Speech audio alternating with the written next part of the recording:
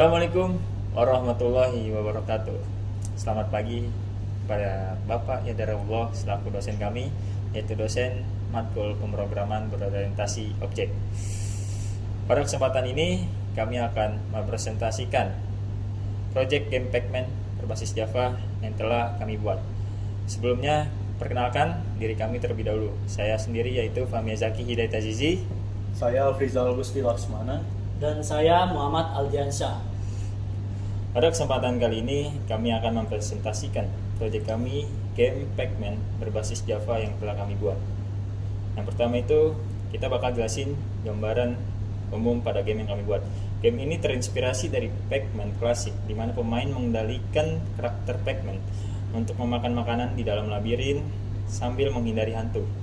Game ini dibuat menggunakan bahasa Java dengan pemisahan kode utama ke dalam beberapa file seperti app Java yang tertampil di layar. Selanjutnya itu file Pac-Man Java sebagai logika permainan, serta berbagai aset gambar dan suara untuk mendukung tampilan dan gameplay. Selanjutnya struktur dan cara kerja pemrograman. Lanjut.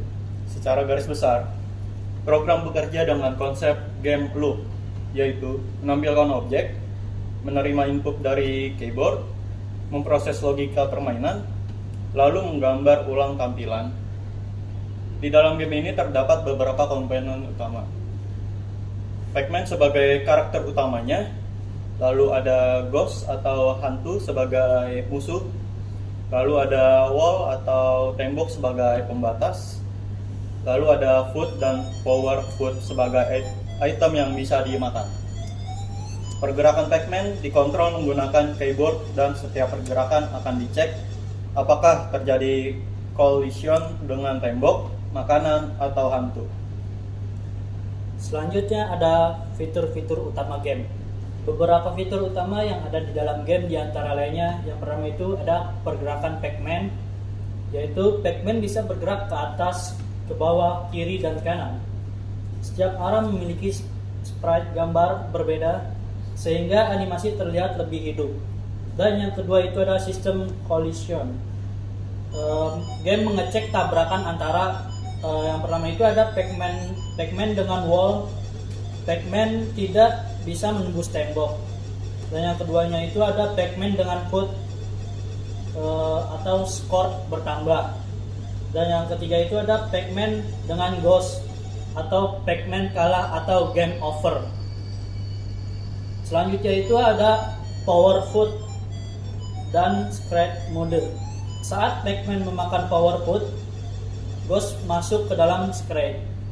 Sprite ghost berubah. Suara game juga berubah dan Pac-Man bisa mengejar ghost untuk sementara waktu. Setelah waktu sprite mode habis, ghost kembali ke mode normal. Suara normal game diputar kembali. Dan selanjutnya ada sound effect.